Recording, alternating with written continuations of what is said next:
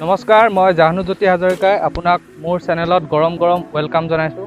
গৰম এই কাৰণ আজি আমাৰ নগাঁৱত 37 ডিগ্ৰী চেলচিয়াছ। তো সেইকাৰণে গৰম বুলি মানে আৰম্ভণি কৰিছোঁ।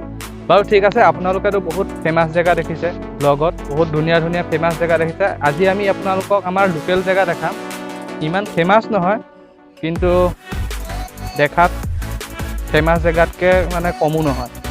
ঠিক আছে, তো আজি মোৰ লগত মোৰ বন্ধু আছে। আজি আচলতে চাইকেল চলাম বুলি ভাবিছিলোঁ, কিন্তু এখন চাইকেল আমি নাপালোঁ, এখন চাইকেল বেয়া হ'ল। সেইকাৰণে আজি আমি স্কুটিতে ব্লগ বনাম বুলি ভাবিছোঁ।